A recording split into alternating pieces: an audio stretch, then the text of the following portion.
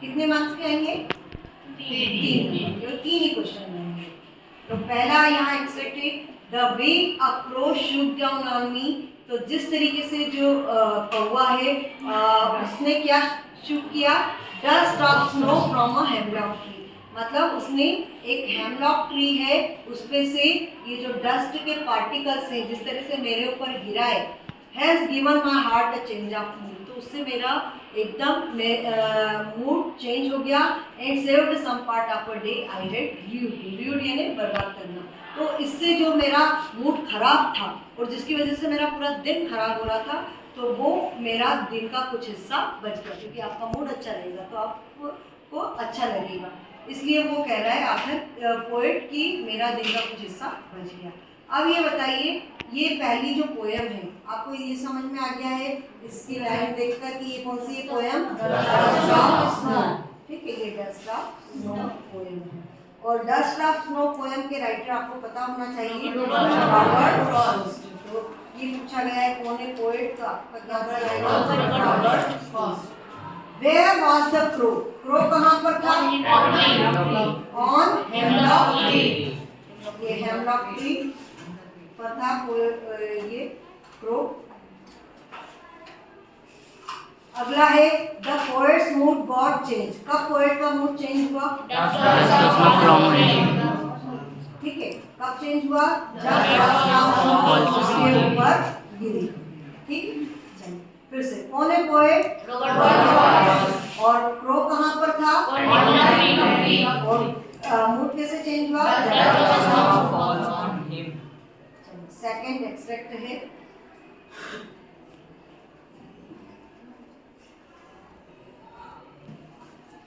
सम से the world will and in fire. कुछ लोग कहते हैं कि ये जो दुनिया है वो फायर से खत्म होगी, आग से खत्म होगी।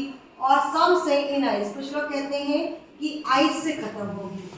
तो ये आग या जो बर्फ है ये सिंबॉलिक है ना। From what I have tested of desire I hold with those who favour fire. और जो मैंने परखा है जिस तरीके से इच्छा को, जो कि फायर को रिप्रेजेंट करती है, तो इच्छाओं को जब मैंने देखा तो मुझे पता चला कि हाँ, मैं उन लोगों के साथ जाना चाहूँगा जो कहते हैं कि दुनिया आग से खत्म हो। तो ये आपको पोयम देख के पता चल रहा है नाम से, फायर और आइस। तो पोयम का नाम है फायर एंड आइस और इसके राइटर कौन है? क्योंकि जो दोनों पोयम है आपकी डस्ट ऑफ स्नो और फायर एंड आइस, इन दोनों के राइटर रॉबर्ट फ्रॉस्ट हैं। What does the poet compare fire with? Fire को किससे कंपेयर किया है? डिजायर से कंपेयर किया है।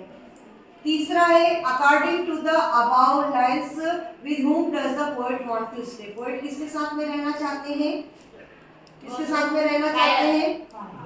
Those who favour fire. ये लिखा हुआ है कि जो कहते हैं कि आग से खत्म होगी, मैं उनके साथ में जाना चाहता हूँ। यानी पोएट का मत है भाई, वो कह रहे हैं कि कुछ कहते हैं कि आग से खत्म होगी, कुछ कहती फायर से, फायर से, कुछ आइस से, लेकिन मैं उनके साथ जाना चाहूंगा जो कहते हैं फायर से खत्म होगी। थर्ड एक्सट्रैक्ट है, he hears the lost voice at night. वो आखिरी आवाज को रात में सुनता है। और वो आखिरी आवाज किसकी होती है? द पेट्रोलिंग कार्स, जो गश्त पे घूमती है ना गाड़ियाँ, गश्त पे घूमती है जैसे पुलिस की गाड़ियाँ, तो वो वाली गाड़ियों की जो आवाज़ है उस आवाज़ को वो सुनता है। एंड स्टेयर्स, स्टेयर्स मतलब क्या होता है? स्टेयर्स मतलब होता है ध्यान से देखना या लगातार देखना। विद हिज ब्रिलियंट आइज, अपनी ब्रिलियंट आइज से वो देखता है। किसको देखता है? द ब्रिलियंट स्टार्स, जो चमकते हुए सितारे हैं उनको अपनी चमकती आंखों से देखता है। यहाँ किसकी बात हो रही है? तो पोयम कौन सी है यहाँ पर? ये पोयम है। Who does he stare at? अभी किसकी तरफ देखता है? वो देखता है स्टार्स की तरफ। Which of the following opposite to the word brilliant? Brilliant मतलब होता है चमकती हुई, तो उसका अपोजिट क्या हो जाएगा? डर। Next extract 4. Strolling forth a beast you weave, whose hide with spots is peppered, as soon he has lapped on you, you will know it is the leopard. leopard की विशेषता बताई जा रही है यहाँ कि आपको जैसे ही देखते हैं आप ऐसा जानवर देखते हैं जिसके ऊपर स्पॉट्स बने हुए रहते हैं और जैसे वो आपके ऊपर लपक जाता है तो आप समझ जाएंगे कि ये लेपर्ड है. It will do no good to roar with pain. He will only leap and make again. और लेपर्ड की क्या विशेषता बताइए कि लेपर्ड कभी भी गुर्राता नहीं है इस तरीके से जिससे शेर दहाड़ता करता है ना, तो इस तरीके से कोई ऐसा आवाज नहीं करता है, रोअर नहीं करता है. ये सिर्फ क्या करता है लेपर्ड की जैसे ही देखता है वैसे ही वो उसके ऊपर अटैक करता है या लपकता है. अब ये बताइए कि ये किससे लिया गया है? ठीक है. Who has written this poem? नहीं, लेस्ली नोरिस था टाइगर इन द ज़ू की. और इसमें क्या आएगा? Carolyn Wells. Carolyn Wells. What does the word beast mean? beast का क्या मतलब होता है? beast यानी एनिमल. स्पेशली हम उन एनिमल्स को कहते हैं जो कि वाइल्ड होते हैं, जो जंगली एनिमल है उनको हम बीस्ट कहते हैं. ठीक है. चलिए नेक्स्ट देखते हैं. What is the boy now who has lost his ball? मतलब वो बच्चा क्या करेगा जिसकी बॉल खो गई है? What is it to do? I saw it go. वो क्या करेगा? मैंने देखा वो चली गई. Merrily bouncing down the street and then merrily over there it is in the water. Merrily यानी वो बॉल जो है बड़ी खुशी से बाउंस करती हुई उछलती हुई गई सड़क पर के पार और उस सड़क के पार जाके कहाँ चली गई? वो पानी के अंदर चली गई. अब बताइए ये किस पोएम से लिया गया है? The ball. आपने समझ लिया बॉल दिया हुआ था तो ये किससे ली गई है? The ball. Which of the following word is similar to the word merrily? अभी मैंने आपको बताया merrily गई बॉल बड़ी तो क्या आ जाएगा? happily. खुशी से गई. Where did the ball go? कहाँ गई? In the water. In the water. ये आ जाएगा इसका आंसर in the water. चलिए अब हम देखते हैं extract 6. Listen, the glass is breaking. सुनो, ये जो कांच है वो टूट रहा है.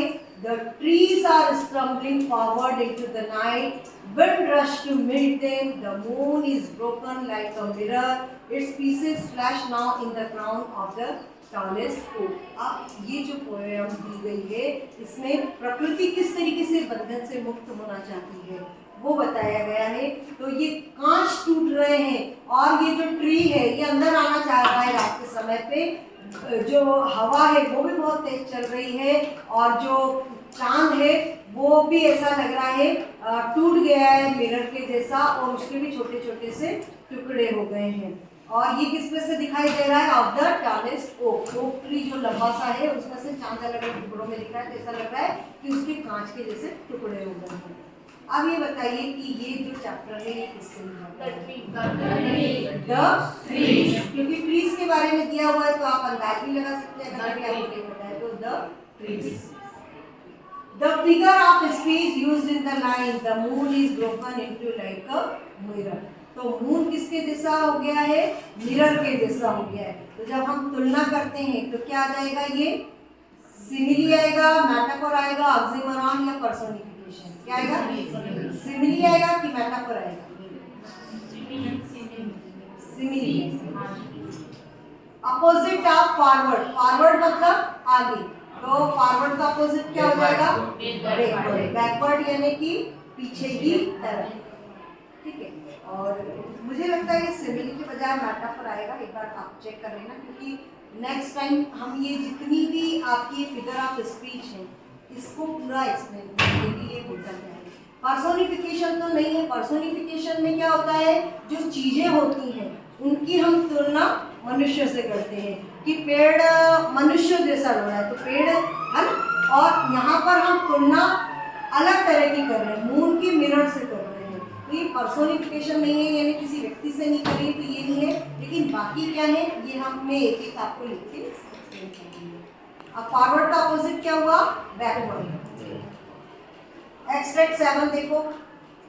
I sat inside doors open to the veranda. मैं अंदर बैठा और वरांडा में डोर ओपन था, writing long letters in which I specially mention in the departure of the forest from the house. तो अब ये जो पैसेज है ये किस नहीं, find out the word from the passage which means hardly. Hardly मतलब मुश्किल से। तो इसके जैसा वर्ड कौन सा आ जाएगा? अब यहाँ पर ऑप्शन नहीं दिया है, तो यहाँ पर क्या आ जाएगा? स्कैर्सली मतलब मुश्किल से। What is the poet doing? Poet क्या कर रहे हैं? देखो क्या लिखा हुआ है, राइटिंग।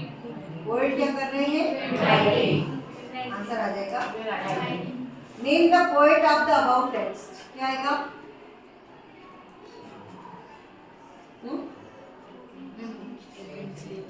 देखो हाँ,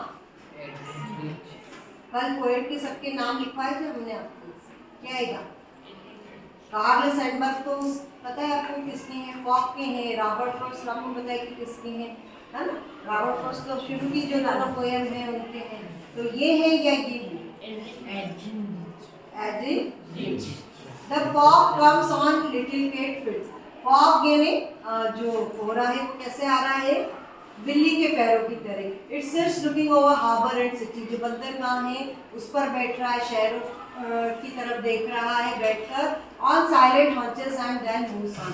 बिल्कुल चुपचाप से बैठ रहा है ऐसे, और बंदरगाह देख रहा है, शहर देख रहा है, फिर थोड़ी देर बाद उड़ जाता है। मतलब थोड़ी ही देर के लिए आता है ये जो कोहरा है, और थोड़ी देर बाद जैसे हम जानते हैं सूर्योदय होता है कि ये गायब हो जाता है। तो the fog is compared to fog. Fog की तुलना किससे की गई है? किससे की गई है ये? तो क्या आ जाएगा?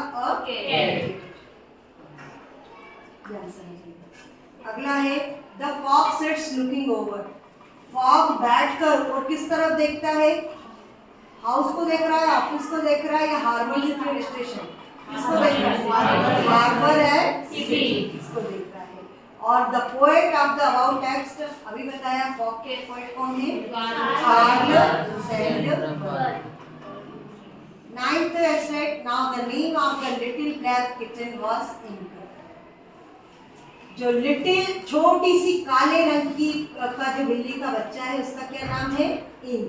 And the little grey mouse, और छोटा सा भूरा सा जो चूहा है उसका नाम क्या है? ब्लिंक। और जो येलो कलर का डॉग है उसका क्या नाम है? मस्टर्ड। और जो ड्रैगन है जिसको जो कि बहुत ही बताया गया है कि डरपोक है, वो क्या, उसको क्या नाम है ड्रैगन का? मस्टर्ड। अब बताइए here she refers to. She किसके लिए कहा गया है? बेलिंडा, किटन, मस्टर्ड या माउस? किटन तो है लेकिन शी कॉल्ड हिम ब्लिंक, वो उसे कहती है। तो वो कौन कहती है? बेलिंडा। क्या नाम आएगा इसमें? Belinda. Yellow dog was as sharp. Yellow dog किसके जैसा शार्प है? As mustard. और पोएम जिससे ये लाइनें ली गई हैं, ये नहीं भी याद है तो भी आप इनको देख के समझ सकते हो। कस्टर्ड और मस्टर्ड को देखकर कस्टर्ड द। इसका लास्ट पैसेज है एक्सट्रैक्ट 10।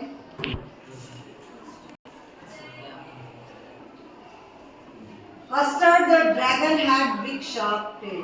जो कस्टर्ड नाम का ड्रैगन है उसके बड़े दांत हैं। And spikes on top of him and scales underneath. और स्पाइक्स भी हैं उसको, और उसके स्केल्स भी। स्पाइक्स मतलब कांटे से। Mouth like a fireplace. मुंह कैसा? उसका भट्टी जैसा। Chimney for a nose. Nose कैसी है उसकी? चिमनी जैसी। एंड रियालियो टूरियो ड्रैगन्स ऑन हिज टूल्स। और उसकी जो पैरों की उंगलियां हैं उस पर रियालियो और टूरियो। तो अब बताइए कस्टर्ड कौन है? कस्टर्ड यहाँ पर लिखा हुआ है कस्टर्ड द ड्रैगन। तो कौन है custard? His nose looked like chimney for a knows. तो क्या जाएगी उसकी नोज किसकी जैसी है? चिमनी जैसी। और name the poet of the about text. Robert Frost, ऑब्जेनाश के कार्ड्स हैं।